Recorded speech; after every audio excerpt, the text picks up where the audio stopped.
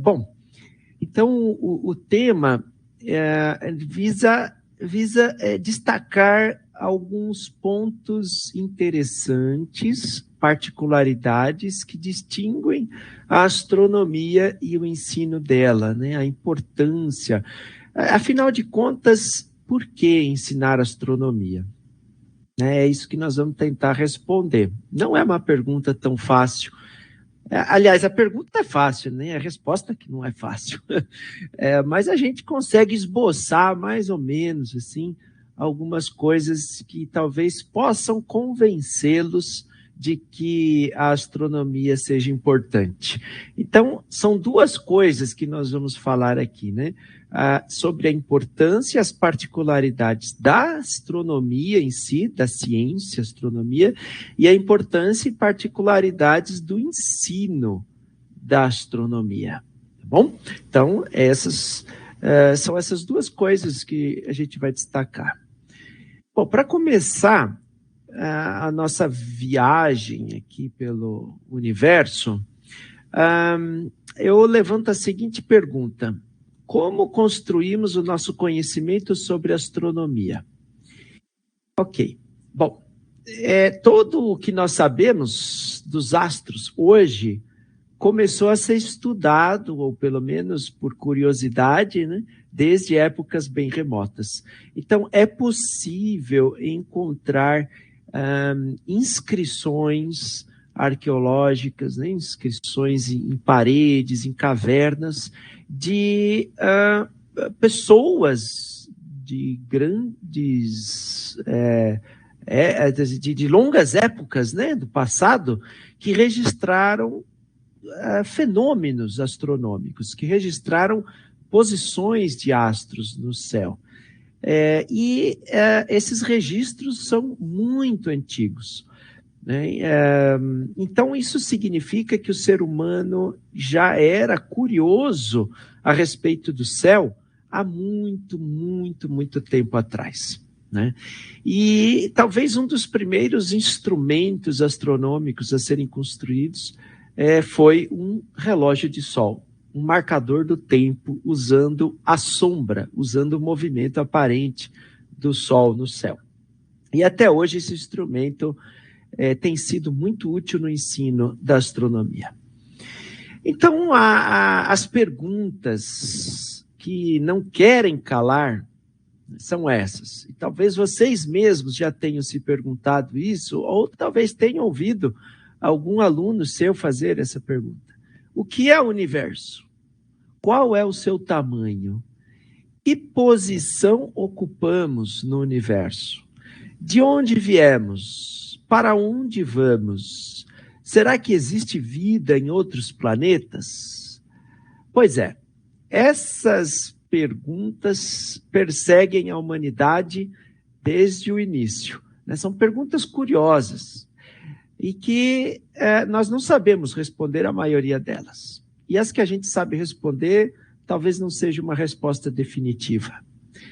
O tamanho do universo nós sabemos até certo ponto, né? O que é o universo, não sabemos. Nem 96% pelo menos dele, nós não sabemos o que é a composição. Ou 4% deles nós sabemos que é feito de matéria ordinária, né? A matéria aqui que nos cerca. Mas os 96%, os cientistas não sabem definir, né? Porque 96% do universo é composto de matéria escura, energia escura, que até hoje os astrônomos não conseguem saber ao certo o que é, né? E o restante das perguntas beiram também a questões filosóficas, né? Questões existenciais que talvez a ciência um dia responda com mais precisão. Bom, então, veja, são perguntas ancestrais, perguntas antigas, que até hoje não sabemos responder, mas são perguntas que movem o ser humano em busca de resposta, em busca de conhecimento. E nesse sentido, os seres humanos, eles diferem dos animais e diferem de todos os outros seres vivos, porque o ser humano, ele tem uma curiosidade inerente que faz com que ele busque respostas para explicar o que acontece ao seu redor, incluindo o que acontece no céu. Né? Pode ser que alguns animais aí tenham o que nós chamaríamos de curiosidade, mas não é o mesmo tipo de curiosidade do ser humano, que o move a buscar por respostas. Né? Então, isso é o que distingue o ser humano dos demais seres vivos. Os cientistas, principalmente, buscam respostas a questões que são, às vezes, mais antigas, né, possível.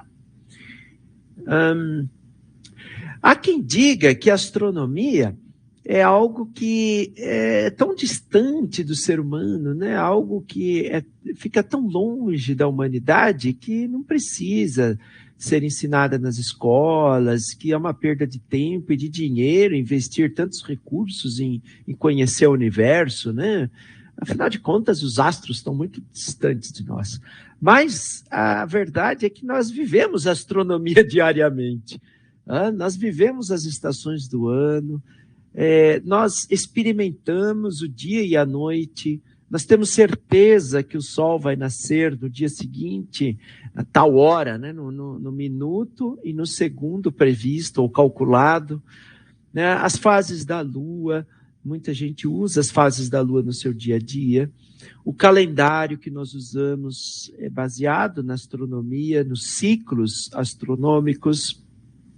A energia da estrela mais próxima de nós, o Sol, né? Se não fosse a energia dessa estrela, o Sol, nós não estaríamos vivos agora conversando sobre astronomia.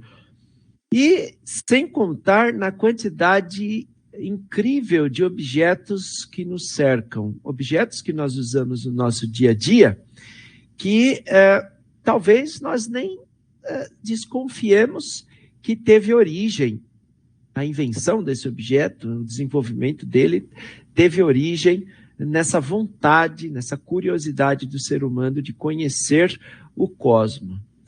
Então, nós vivenciamos a astronomia todos os dias. Além disso, a astronomia, alguém disse certa vez que a astronomia é a mãe de todas as outras ciências, né? Talvez seja um exagero dizer isso, mas acontece que a astronomia, de fato, ela se relaciona muito bem com as outras áreas. Aliás, muitas das outras áreas que nós chamamos hoje, né, de áreas, né, científicas, teve origem na própria astronomia. Né? Há muitos séculos atrás, não existia a divisão que existe hoje. Né? Física, química, biologia, história, geografia, não existia essas divisões disciplinares. Né? Hoje, a ciência é fragmentada, em pedaços. Né? Antigamente, não. Era tudo uma coisa só. Né? O estudo da natureza, filosofia, né? Natureza, as ciências naturais. Né? Mas a astronomia acabou despertando também a curiosidade de outras áreas mais específicas. E aí as outras áreas do ser humano, né, as outras áreas científicas, acabaram sendo beneficiadas por inspiração da própria astronomia. Né? Por exemplo, a física, quando se fala lá das 3 leis de Newton, né, que é ensinado na escola, embora seja ensinada as 3 leis de Newton assim, fora do contexto, na verdade, Newton formulou aquelas 3 leis por causa da astronomia, né? Ele queria descobrir por que a Lua não caía na Terra. Então, ele acabou desenvolvendo as leis dele. A química também, a biologia, a história, a geografia, a navegação, a filosofia, a sociologia, a música, a poesia, a literatura, todas essas áreas do saber humano também se relacionam diretamente com a astronomia. Né? Então, é por isso que nós dizemos que a astronomia é interdisciplinar. Né? Ela facilmente se relaciona com essas outras áreas. A astronomia também, ela tem uma particularidade. que a distingue, né? Ela é importante pelo seguinte fato, porque quando o ser humano tenta compreender o universo, acaba desenvolvendo no íntimo aquela satisfação, né? Aquele senso de satisfação. Por quê? Porque ele tem interesse em aprender mais. E parece que a astronomia acaba promovendo um certo nível de apreciação e um certo nível de aproximação pela ciência. Quando as pessoas, aqui no observatório, né, quando a gente abre o público para o observatório, algumas pessoas que colocam o olho na ocular do telescópio para ver a Lua, as montanhas, as crateras da Lua, acabam se interessando profundamente pela astronomia, né, e pela ciência de um modo geral. E o astrônomo em si, o cientista em si, acaba derivando certa medida de prazer quando compreende ou quando entende um pouco todo o ambiente que o cerca, né? E quando a gente fala do cientista que quer entender o seu ambiente, não é só o ambiente terrestre, mas o ambiente também fora do planeta Terra, né? O ambiente espacial, o sistema solar, a galáxia, o universo como um todo. E isso também nós vemos refletido no ensino. Quando um aluno nosso, por exemplo, acaba entendendo uma explicação que a gente dá, ou acaba compreendendo certo fenômeno astronômico, né? Então, por exemplo, fases da Lua, né? Quando o aluno consegue compreender como é que funcionam as fases da Lua, né? Ele até diz assim, professora, então é por isso que acontece, agora entendi, né? Então, como... Isso é um reflexo, né, do que o cientista também sente, né? Enquanto adulto, às vezes já idoso, ele descobre alguma coisa, né, depois de tantos anos de pesquisa. Então, existe sim esse prazer, né, essa satisfação de compreender o universo, as coisas que nos cercam, né? Agora, com a astronomia é diferente porque é só aprendendo astronomia e só aprendendo as dimensões do universo é que nós compreendemos a nossa pequenez, as nossas dimensões tão minúsculas enquanto seres humanos diante do universo.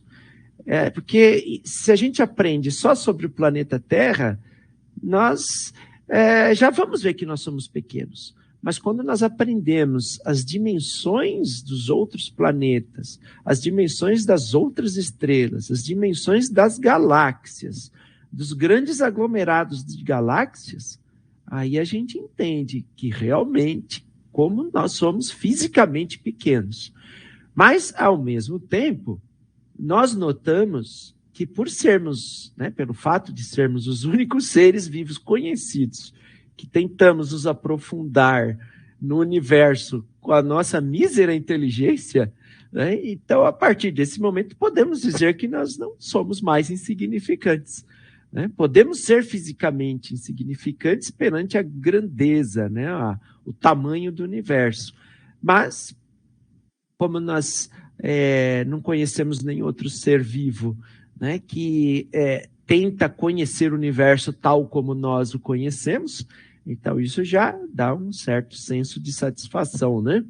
Então é só aprendendo a astronomia que a gente reconhece a importância de viver neste planeta ou de cuidar dele, né? Porque, afinal de contas, aprendendo astronomia, nós aprendemos também que não existe outro planeta que o ser humano possa viver tão confortavelmente como este, né? Então, aprendendo astronomia, a gente aprende também a desenvolver certa medida de consciência, né? A se conscientizar de que este planeta precisa ser cuidado, né?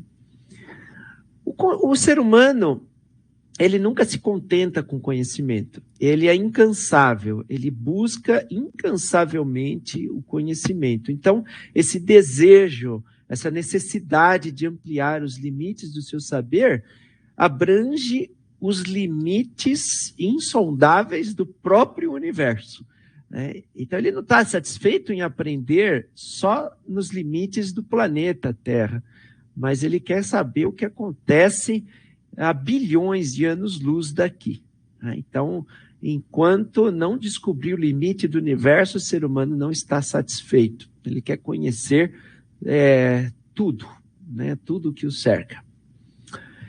A astronomia, assim como qualquer ciência, ela pode ser dividida em 2 tipos de pesquisa, né? Vamos chamar de pesquisa básica e de pesquisa aplicada. Bom, o que vem a ser uma pesquisa básica? A pesquisa básica é aquela pesquisa em que os cientistas desenvolvem os seus estudos para conhecer melhor a natureza, o fenômeno que está sendo estudado ali, mas não tenha um objetivo de produzir algo no final, né? Um produto, uma tecnologia para ser comercializada, qualquer coisa assim. Então, a pesquisa básica é aquela pesquisa científica que é produzida pela própria curiosidade, né? Então, por exemplo, o Galilei, quando apontou o seu telescópio para o céu, né, ele não estava ali para pesquisar alguma coisa para beneficiar a humanidade, ele não tinha esse objetivo, né, ou para desenvolver um produto. Ele só queria simplesmente compreender o universo, queria saber o que tinha lá no céu, né? Então, essa é a pesquisa básica. Então, a astronomia faz parte da pesquisa básica, é um processo por si mesmo, né? Então, a ciência, na pesquisa básica, a pesquisa da astronomia, por exemplo, é conduzida porque simplesmente conhecer o universo é um tipo de conhecimento valioso para a sociedade e para a civilização. E, geralmente, a pesquisa básica ocorre em escalas de tempos bem longas, né? E serve para satisfazer a curiosidade da humanidade. Bom, a astronomia se encaixa perfeitamente nisso. Mas já a pesquisa aplicada é diferente. A pesquisa aplicada é aquilo onde o cientista estuda certo fenômeno ou uma particularidade da natureza, porque tem uma finalidade tecnológica, ou tem um problema para ser resolvido, ou tem um produto para ser comercializado, ou para ser feito no final, né, daquela pesquisa. Vamos dar um exemplo clássico, isso aí é a vacina, né? Não precisou desenvolver a vacina. Então, a pesquisa científica sobre a saúde humana e o vírus, né, do Covid-19, aí ele precisou ser desenvolvida até descobrir qual era a vacina.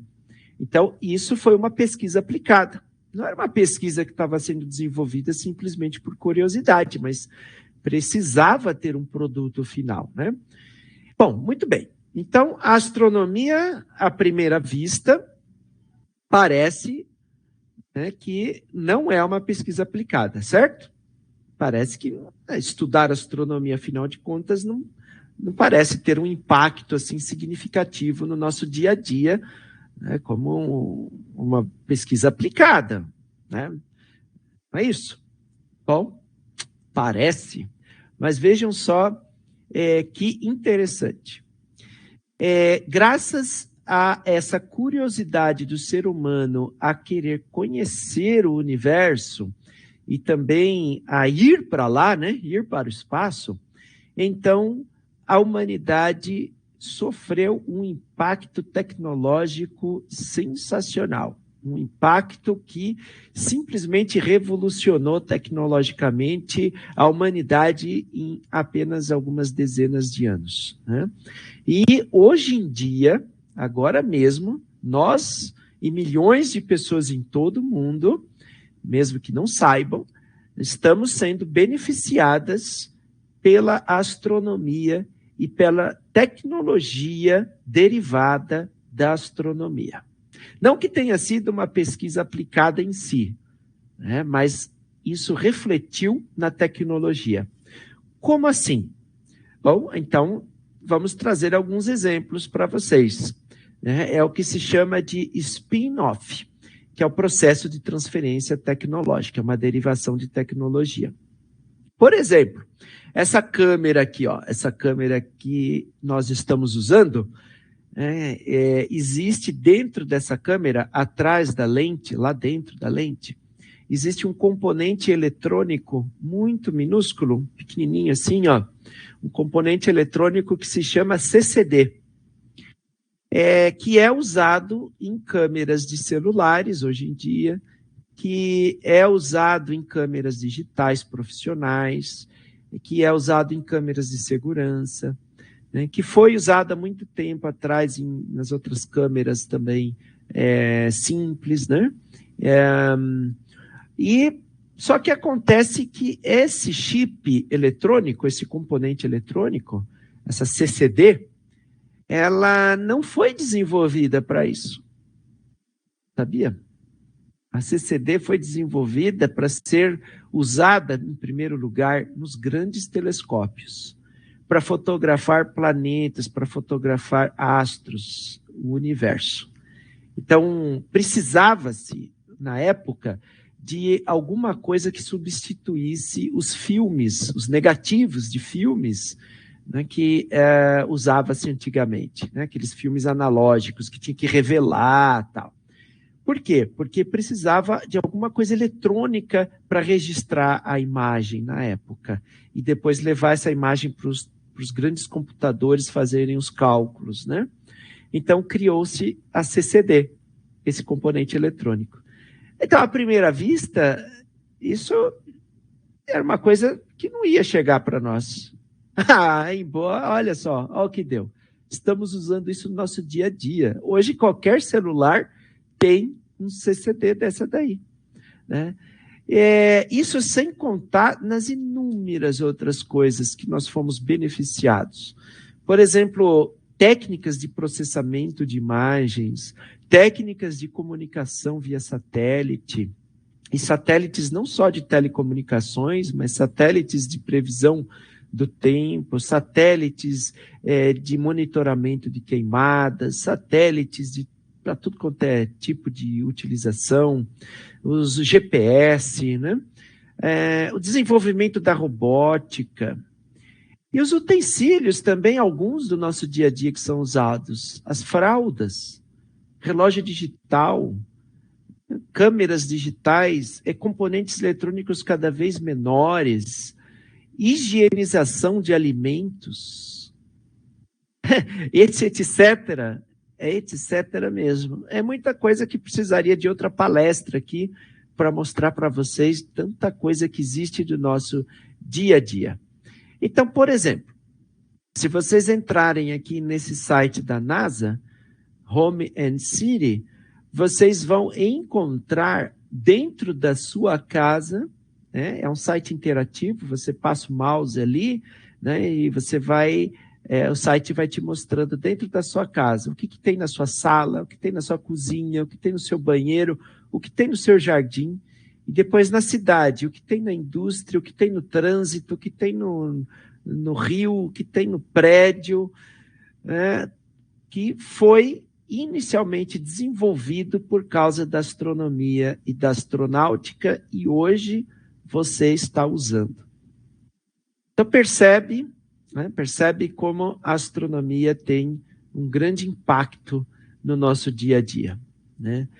Por isso, nós dizemos que é importante a astronomia no nosso dia a dia e é importante também ensiná-la. E o currículo base, né, do estado de Santa Catarina mostra, que ele é baseado na BNCC, né, mostra o que nós podemos encontrar de astronomia nos anos iniciais do ensino fundamental. Então, se a gente abrir aqui na página 378 do currículo, deixa eu ver se eu amplio aqui a imagem para ler Dá para ler as letrinhas ou estão muito pequenas? Ou estão legíveis? Alguém pode me dizer, por favor? Estão legíveis, Rodolfo. Ah, ótimo. Então, se vocês abrirem o currículo e irem lá para o primeiro ano, né, do ensino fundamental na área de ciências da natureza, vocês vão ver que estão divididos em unidades temáticas, né, exatamente como a BNCC, e uma dessas áreas temáticas é Terra e Universo, ou seja, astronomia. E vocês vão reparar que do primeiro ao nono ano existe Terra e Universo, ou seja, tem astronomia do primeiro ao nono ano. Sendo que no primeiro ano, o objeto de conhecimento em destaque é escalas de tempo.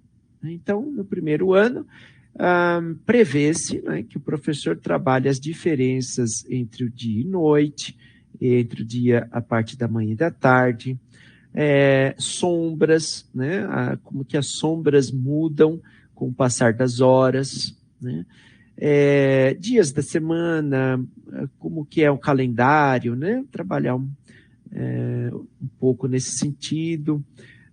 Tempo cronológico, né, e as influências no ciclo da natureza, né, talvez falar um pouco dos ciclos aí regionais, né, algumas festividades ou também as mudanças climáticas, né, de acordo com as estações e como esses ciclos acontecem ao longo do ano, como se repetem, né, ao longo do ano. Então, essa fase aqui é muito importante que a criança perceba esse tipo de coisa, né? Os ciclos, né? Que as coisas se repetem, né? Dia e noite, sucessão do calendário, meses, dias da semana, é sempre repetitivo, né? Bom, aí já no segundo ano, lá em Terra e Universo, nós já podemos trabalhar, né, com o movimento aparente do Sol no céu, e o Sol como fonte de luz e calor. Então, aqui já se pode mostrar, né, para a criança como que o Sol se movimenta no céu. Então, no primeiro ano era as sombras que se movimentavam. Mas por que as sombras se movimentam, né? Porque a fonte de luz está se deslocando. Mas é o Sol que se move? Olha, sabemos que não é o Sol que se move, é o planeta quem gira, né? Mas, do ponto de vista nosso aqui, né, da Terra, do ponto de vista do observador, e ainda mais na idade da criança, não é tão fácil nós mostrarmos isso, né? Então, nós podemos dizer até certo ponto que o Sol é quem se move, mas é importante usar aí a palavra aparente, né? É um movimento aparente, pelo menos, né, dependendo da idade da criança, a gente pode depois ir passando para os movimentos que a Terra faz. No caso, o movimento de rotação, quem produz o movimento aparente do Sol. Ou seja, o movimento de rotação da Terra é que faz o Sol aparentemente, né, se mover no céu. O Sol, enquanto uma estrela, né, que fornece energia e luz, e a vida depende, portanto, dessa estrela, né, o calor também, né, que vem dessa estrela. Dá para se trabalhar um pouco de física nesse sentido, né? Como os materiais de diferentes cores absorvem esse calor, né? O branco não aquece tanto quanto as outras cores, o preto, né, em destaque. A saúde humana, né? Como eu disse, a vida depende dessa energia, e como que a Terra mantém aquecida em relação ao Sol, né?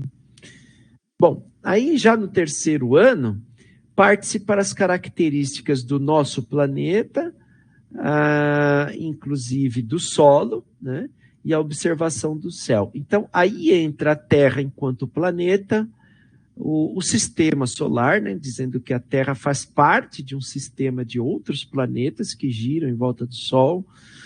O caso da Lua, né, com a sua mudança de aspecto. As outras estrelas, como são visíveis no céu à noite, padrões, né, específicos, talvez já mostrar, né, como que se observa essas estrelas que existem estrelas de diferentes brilhos, para as crianças notarem essas diferenças, né, diferenças no brilho, diferentes nas cores, né, estrelas mais avermelhadas, estrelas mais esbranquiçadas, né?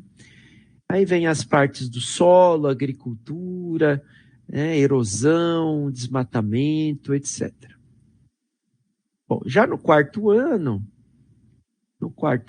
em Terra e Universo, já entra a parte de localização em relação aos pontos cardeais, que por um tempo aí na história da educação brasileira, chegou-se assim uma discussão.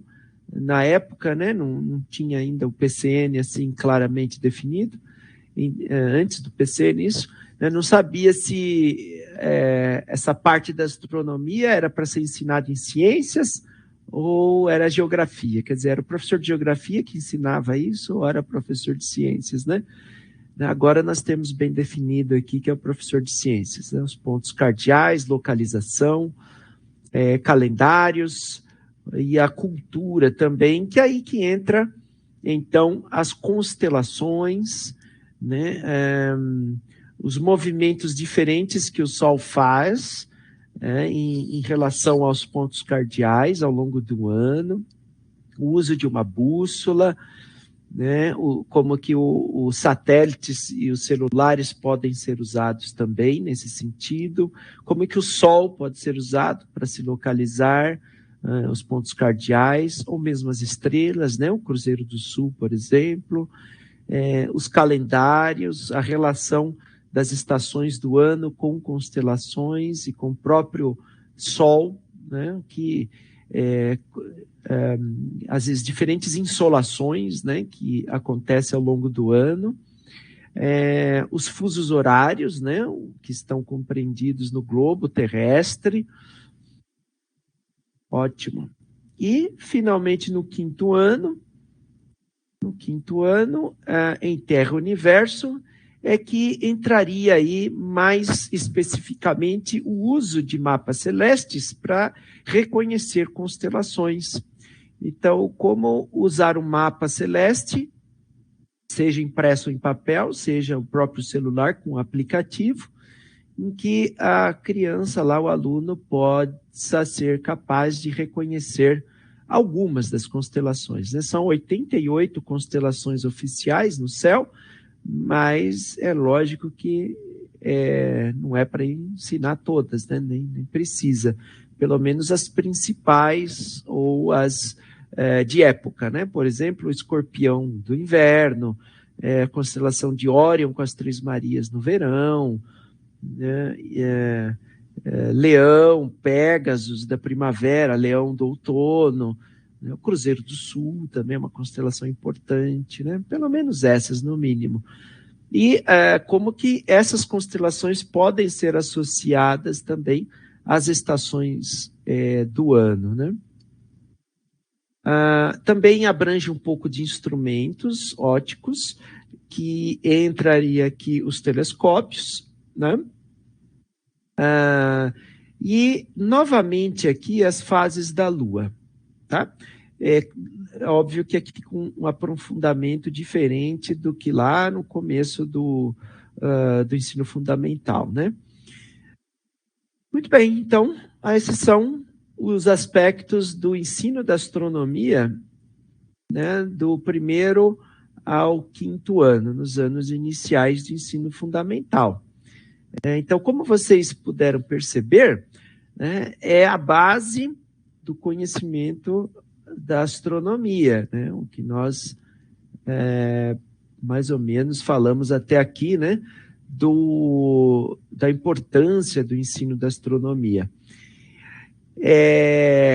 Nas escolas, não sei se vocês já perceberam como professores, depois vocês podem comentar, né, agora ou mais tarde, como que a astronomia desenvolve nos alunos uma motivação. Não sei se vocês perceberam isso, já notaram que quando se fala de alguma coisa de astronomia, a maioria dos alunos, não são todos, claro, que não é todo mundo que gosta de astronomia, né? Mas grande parte dos alunos se interessam por esse tema, né? E acabam fazendo muitas perguntas. E as perguntas que mais aparecem devem ser essas, né? Buracos negros, como que o universo se originou, se existe vida em outros planetas, né? Os foguetes, agora com essa nova corrida espacial, né? Como que um foguete funciona, como é que o ser humano vai para o espaço, né? Então, esse tipo de... lá, já comentaram, a professora Laide já diz, a maioria dos alunos adoram esses conteúdos. É verdade, a gente percebe bem isso, né? Não só as pesquisas da área de educação em astronomia mostram isso, mas a gente vivencia aqui no observatório quando a gente atende escolas, né? Sim, muito curiosas as crianças são, muitas questões surgem, né? Então, esse entusiasmo que aparece nas crianças, quando se fala de astronomia, acaba abrindo oportunidade para o professor aproveitar e trabalhar também outros temas de ensino, né? Então, falando de planetas, pode abordar questões, por exemplo, de aquecimento global, né? Aquecimento da Terra, ou a importância de cuidar do planeta, por exemplo, né? Falando de constelações, pode falar da importância da histórica, né? Das grandes navegações, né? E abre caminho para se falar de um monte de outras coisas, trabalhar uma musiquinha na escola, né? Jogos, brincadeiras, né? É verdade, Shirley, de fato, tem criança que acaba dando um show de conhecimento na gente, né? Fazem perguntas e dão explicações de coisas assim que eles assistem em documentários, né? Que dá um show na gente. Os professores se envolverem com isso. Isso nós vamos ver mais para frente nos próximos slides, que não é fácil para o professor trabalhar com astronomia, e nós vamos ver por quê. Então, embora esse entusiasmo aí abra oportunidade para o professor trabalhar melhor, né, não é tão fácil assim para o professor se envolver com astronomia, né? E a astronomia acaba sendo diferente das outras disciplinas. Por quê? Porque a astronomia, ela tem um grau que a gente chama de popularizável, né? Quer dizer, o que é isso? É que favorece as pessoas a quererem conhecer mais, né? Então, dependendo do que você trabalha com astronomia, a população quer saber, as crianças na escola querem saber, as pessoas vêm aqui no observatório para querer conhecer mais, as pessoas fazem ligações aqui no observatório para fazer perguntas de coisas que viram no céu, de coisas, de matérias que foram anunciadas no jornal, na mídia. As pessoas são curiosas, então a astronomia tem um grau de popularização, né? Uma coisa também que distingue a astronomia é o laboratório.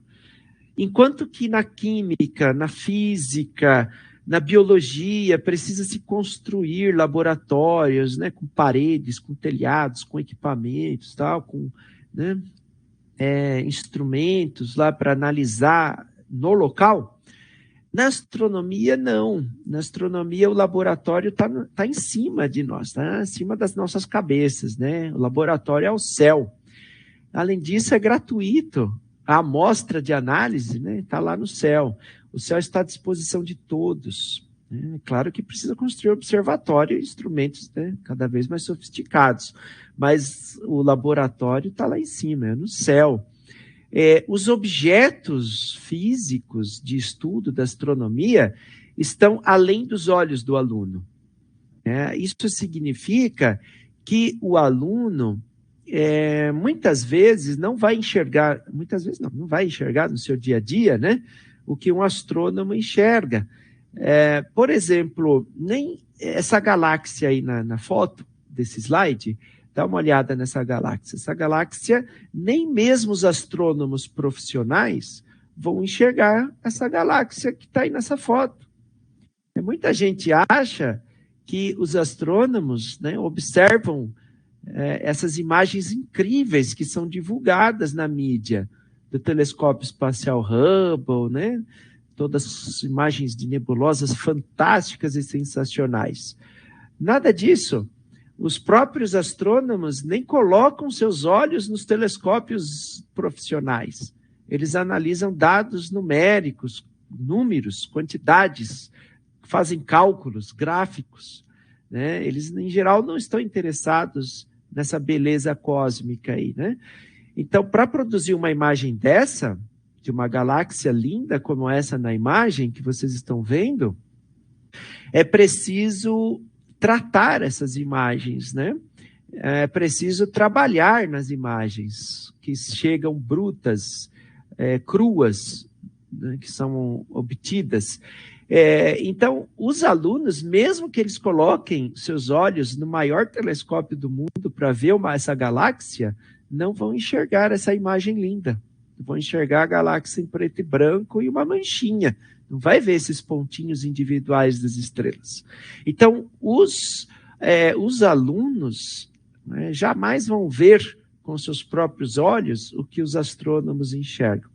Por isso que a importância dos professores trabalharem com imagens, com vídeos, com fotos para os alunos, né? E também o estudo da astronomia desafia a capacidade de imaginação e de compreensão. Aí a professora Pamela, né, escreveu isso aí no chat, ó. É uma temática desafiadora. E é desafiadora mesmo, porque desafia até a imaginação dos próprios astrônomos, né? É difícil compreender, por exemplo, que o tempo passa diferente em lugares diferentes do universo. Para nós, o tempo passa igual para todo mundo. Um minuto que passou para mim é o mesmo minuto que passou para vocês, certo? Errado. Na astronomia, não. Na astronomia, o tempo passa diferente para diferentes pessoas, em diferentes referenciais, né? E o espaço, né? O espaço não é uma coisa diferente do tempo. O espaço e o tempo estão juntos.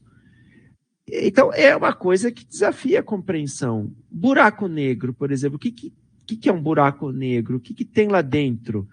Nem os astrônomos sabem. O que é matéria escura? O que é energia escura?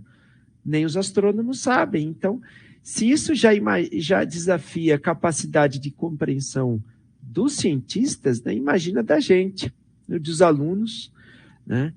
Outra coisa que distingue a astronomia é o que se observa no espaço, no universo. Os fenômenos que são observados no universo nunca poderão ser encontrados ou reproduzidos aqui na Terra.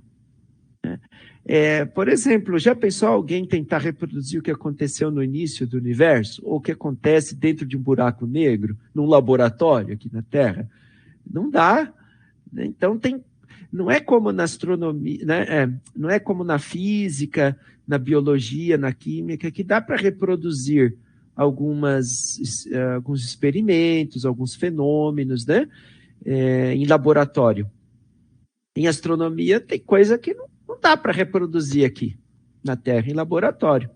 Então, só lá no universo mesmo para tentar entender as coisas, como funcionam, né?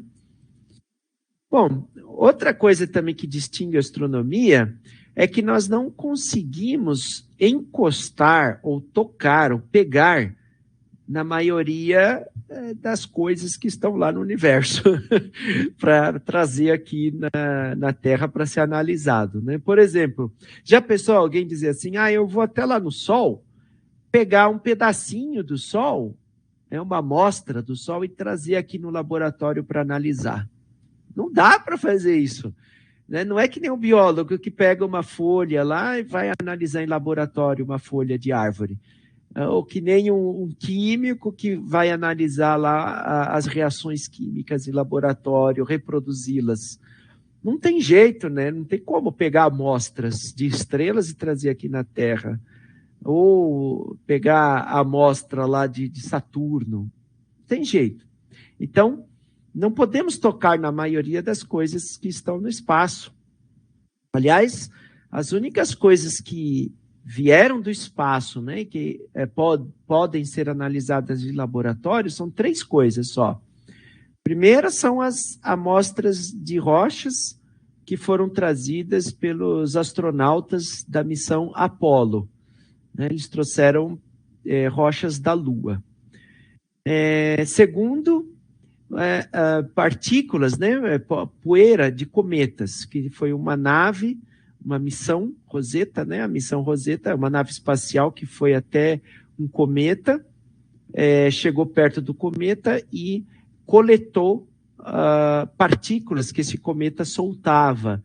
E essa nave voltou para a Terra e trouxe as amostras. Né? Então, essas amostras podem ser analisadas em laboratório aqui na Terra. E a terceira coisa são as amostras grátis. Né? Porque a missão Rosetta, a missão que foi para o cometa, custou dinheiro. A missão Apollo custou uma fortuna, né, para trazer pedaços da Lua. Agora, as amostras grátis que vêm do espaço são os meteoritos. Né?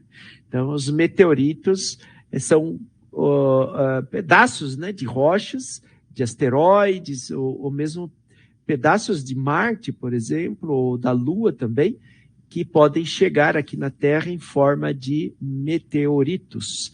E eles são coletados aqui no solo da Terra para serem analisados. Aí não custa nada, né? Eles chegam do espaço de graça. Então, são as únicas coisas que podem ser tocadas que vêm do espaço. Amostras grátis. De fato, professora Suzy, a Suzy faz parte aqui da equipe do nosso observatório. É um conteúdo que está em constante descoberta, realmente. E, então, a astronomia é uma ciência basicamente visual. Né? Então, tudo que sabemos do universo não é porque alguém foi lá medir, não é que alguém foi lá tirar uma foto, alguém foi lá fazer uma coleta. Tudo que sabemos do universo, é praticamente tudo, né? Nós sabemos por meio do quê? Por meio da luz dos astros que chegaram até aqui. Então, a astronomia é uma ciência basicamente visual. Então, o professor, ao ensinar astronomia, também tem que usar recursos visuais, né? Mostrar fotos, figuras, vídeos, usar maquetes, recursos didáticos bem específicos. Por exemplo, a astronomia, os fenômenos astronômicos são fenômenos tridimensionais. Então, nem sempre dá para entender um fenômeno tridimensional quando a gente explica para o aluno de uma maneira bidimensional. Quer ver um exemplo? Fases da Lua. Né? Fases da Lua. As fases da Lua, você pode pegar na internet a melhor animação de fases da Lua que já foi produzida. Sabe, aqueles animação em computador lá bonitas, né? Que mostra a Lua girando em volta da Terra, aí vai mudando as fases e tal. Muito lindo, bonito demais, mas continua sendo o quê? Continua sendo uma tela plana, né? Um monitor. Peraí, tá difícil de fazer aqui. Uma tela plana é o seu monitor. Então é bidimensional, só tem 2 dimensões, largura, né? E comprimento. Comprimento e largura, 2 dimensões. Então, é difícil para algumas pessoas visualizarem uma animação numa tela, no monitor. É difícil imaginar que aquilo seja em 3 dimensões. A mesma coisa desenhar fases da Lua na lousa, ou um desenho num livro didático querendo explicar fases da Lua. É em papel, é uma folha, é um plano, é 2D, 2 dimensões, comprimento e largura. Então, fases da Lua é um fenômeno tridimensional. Então, nada melhor do que ensinar fases da Lua usando um modelo tridimensional. Uma bolinha de isopor num palito e uma lanterna iluminando a bolinha de isopor. E faz o aluno lá girar a bolinha em volta dele, né, com uma lanterna acesa do lado. Pronto, ele vai enxergar as fases da Lua acontecendo na bolinha. O efeito desse tipo de metodologia é muito mais eficaz do que a pessoa, até mesmo para adultos, tentar entender. Quer ver outro exemplo? Estações do ano. Como é difícil, mesmo para adultos, entender aquela figura clássica de estações do ano que mostra o planeta Terra com eixo de rotação tombadinho lá, inclinado, de 23,5 graus, né? Em volta do Sol, lá naquelas 4 posições clássicas, né? Os 2 solstícios de verão e inverno e os 2 equinócios de primavera e outono. Não é fácil não entender aquela figura no papel ou num monitor de computador, ou mesmo que aquilo esteja animado, se movendo. A melhor coisa é usar um globo mesmo, com uma lanterna, uma lâmpada. É um fenômeno tridimensional. Então, o ensino também é mais eficaz se for tridimensional. A astronomia também potencializa a cidadania. Como assim? Porque favorece relações interpessoais. Pode ver, as escolas que têm aqueles clubes de astronomia, ou clubes de ciências, né? Ou aquelas escolas que se reúnem para estudar astronomia para a Olimpíada Brasileira, né? Para a OBA, né? Os grupos de astronomia amadora, clubes de astronomia, aí mesmo vocês têm os apontadores de estrelas, né? Favorece as relações interpessoais, a cidadania. Um ajuda o outro a entender as coisas, né? Isso favorece, a astronomia favorece a construção também de espaços não formais de ensino, bem específicos. Por exemplo, observatórios que atendem o público, atendem escolas, para mostrar os astros com seus telescópios, os planetários, que são verdadeiros cinemas, em cinemas 360 graus, né, com aquelas cúpulas, né? Vocês aí também têm o planetário aí do professor Daniel, né? Então são espaços não formais de ensino de astronomia específicos que a astronomia favorece a existência. E quer ver outra coisa legal? A astronomia também favorece, sabe o quê? A existência de astrônomos amadores que colaboram com astrônomos profissionais. Já pensou nisso? Não existe, por exemplo, físico amador. Não existe, por exemplo, um biólogo amador, um químico amador, um médico amador. Ainda bem, né? Mas existe um astrônomo amador.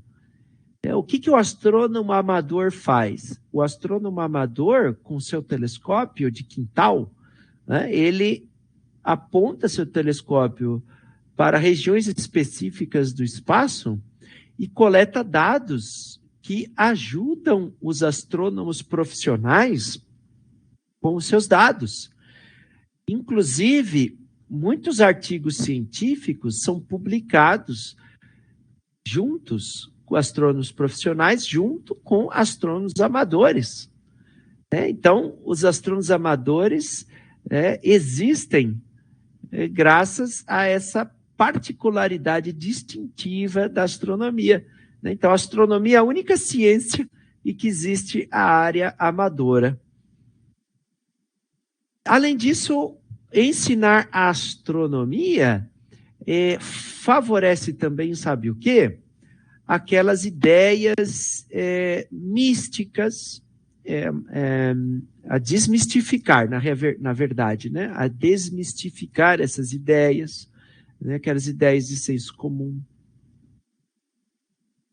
Liberta a pessoa e os alunos, né, de alguns temores, por exemplo, que o mundo vai acabar, que o Sol vai explodir, que o asteroide vai cair na Terra, medo de eclipse, né? Vê uma coisa brilhando no céu estrelado lá, fica com medo, acha que os astros influenciam na personalidade, né? Acho que tinha uma professora com a mão levantada. É isso? Acho que é Neuzi.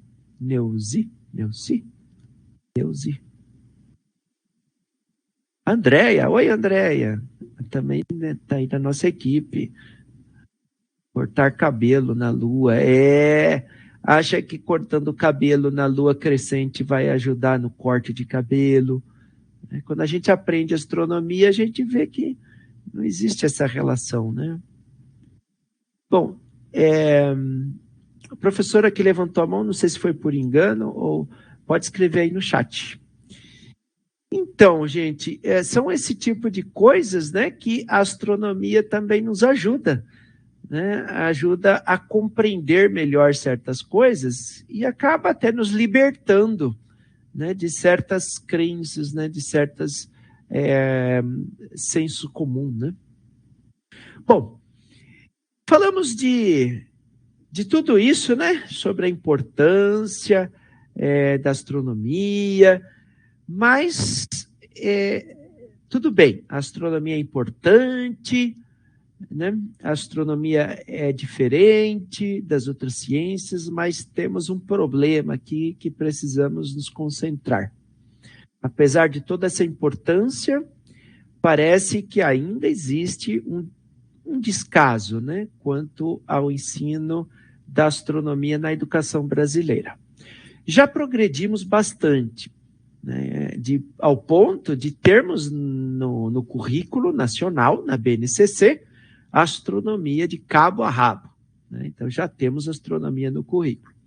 Mas a história do Brasil mostra que nem sempre foi assim, né? Quando a gente estuda a história da educação brasileira, a gente vê que a astronomia ela foi perdendo o campo, né? Foi desaparecendo aos poucos dos currículos escolares. No começo, né, na época dos jesuítas, lá ainda existia até uma disciplina que era ensinada nas escolas que se chamava cosmografia, que eram conteúdos de astronomia, mas que com as reformas curriculares, com o tempo, o currículo foi sendo apagado, a astronomia do currículo, né? Então, os cursos de formação de professores foi também sendo prejudicado em relação à astronomia. O resultado é que hoje, atualmente, nós não temos astronomia na formação do professor, nem no ensino fundamental, nem no ensino médio. Então, os professores dos anos iniciais, que são formados em pedagogia, né, não tem praticamente astronomia na sua formação, a não ser se a universidade que ele fez pedagogia teve algum professor ali empolgado, né, e que tem alguma relação com a astronomia, que ofereceu ali uma oportunidade. Mas são episódios raros, né? Em geral, o pedagogo não sai formado em nada, nenhum conceito básico de astronomia. Mas, como nós vimos, né, quando chega na hora de ensinar astronomia, o currículo está lá, tem astronomia no currículo. E nas séries finais, nos anos finais do ensino fundamental, o professor de ciências é formado em licenciatura em ciências biológicas. E também, de novo, a licenciatura em ciências biológicas não dá ao professor em geral, né, nesses cursos, conteúdos de astronomia. São raras as ocasiões em que o futuro professor de ciências vai ver astronomia na sua licenciatura. E no ensino médio, o professor de física, né, também não tem astronomia no curso de licenciatura em física. Se tem, quando muito, uma disciplina como optativa, né? E também, se tiver, porque tem um professor lá na universidade que se empolgou ou que gosta, né, ou que trabalha com astronomia, então ele está oferecendo aquela disciplina. Já tem melhorado, né? Em alguns cursos de licenciatura em física, já existe a disciplina de astronomia como obrigatória na estrutura curricular do futuro professor, o que é um grande avanço. Mas ainda é muito pouco em relação a todas as licenciaturas em física do Brasil. Bom, então, nós temos essa problemática, a formação do professor em relação à astronomia. Qual é a consequência? Temos duas. Primeira, o professor, em muitos casos, acaba pulando conteúdos de astronomia na hora de ensinar, né? Porque ele não sabe, ele prefere pular. O que talvez, né, seja uma atitude também totalmente justificável, né? Eu também não saberia ensinar uma coisa que eu não conseguiria ensinar uma coisa que eu não sei, né? Ou então o professor que não teve astronomia na formação vai buscar outras fontes. E aí, quais são essas fontes? Então, a pesquisa na área de educação e astronomia mostra que pode ser o livro didático, né, que também está com sérios erros conceituais, ou a internet. O professor vai buscar lá a internet e acaba não sabendo se aquilo na internet está certo ou errado, e na maioria das vezes tem muitos erros conceituais na internet, mas como o professor não sabe de astronomia, ele acaba também não sabendo dizer, uma atitude crítica, né, se está certo ou errado aquilo. A mídia também é escassa em documentários sobre astronomia. Quando tem documentários, são documentários internacionais, né? Não são brasileiros, tem muito pouco. No Brasil tem o programa Astrolab, né, da TV Futura, exibido na TV Futura e na TV Unesp, Astrolab, e também teve, há muito tempo atrás, um programa chamado Olhando para o Céu, que era do professor Valmir Cardoso, na TV Cultura. Mas, fora isso, são só programas documentários estrangeiros, traduzidos, né? A mídia, quando mostra alguma notícia de astronomia, normalmente exagera no sensacionalismo, ou passa assim muito rápido, né? Notícias curtas, né? E também repleta de erros, né? Por exemplo, vou dar um exemplo que eu assisti isso quando falou da Lua Azul, o jornal lá na TV mostrou na emissora a foto de uma lua na cor azul, sabendo que a lua azul é só um fenômeno que tem um nome, né? A lua não fica de fato azul, né? Então, tem muitos erros que são transmitidos e os professores, pelo fato de não terem formação na astronomia, então acabam sendo prejudicados nesse sentido.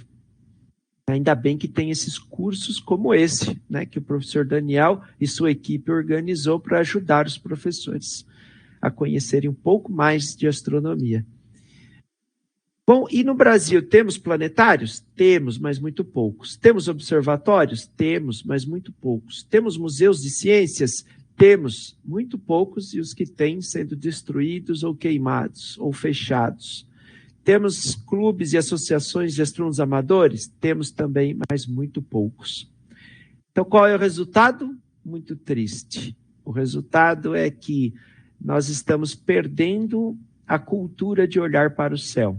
Embora a Unesco tenha declarado o céu estrelado como patrimônio da humanidade, a humanidade está perdendo esta cultura de valorizar o céu estrelado. Estamos perdendo o hábito de olhar para o céu. Olhamos mais para baixo nos nossos celulares do que para o céu lindo estrelado, por causa do nosso estilo de vida cada vez mais urbano e também por causa do excesso, né, de iluminação pública mal direcionada, que é a poluição luminosa.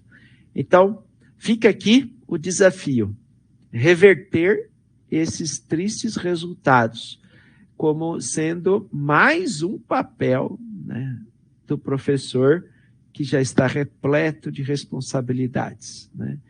Então, nós, professores, já estamos cheios de coisa para fazer, né? Então, mais uma aí, né? mas a gente faz com prazer, né? Ensinar essa bela ciência, a astronomia, e fazer com que outras crianças e jovens não só aprendam astronomia, mas também apreciem e aprendam a valorizar essa bela ciência. Bom, pessoal, muito obrigado aí pela atenção, viu? Obrigado pela paciência de terem me ouvido esse tempo todo aí falando, mas estamos abertos aí a perguntas.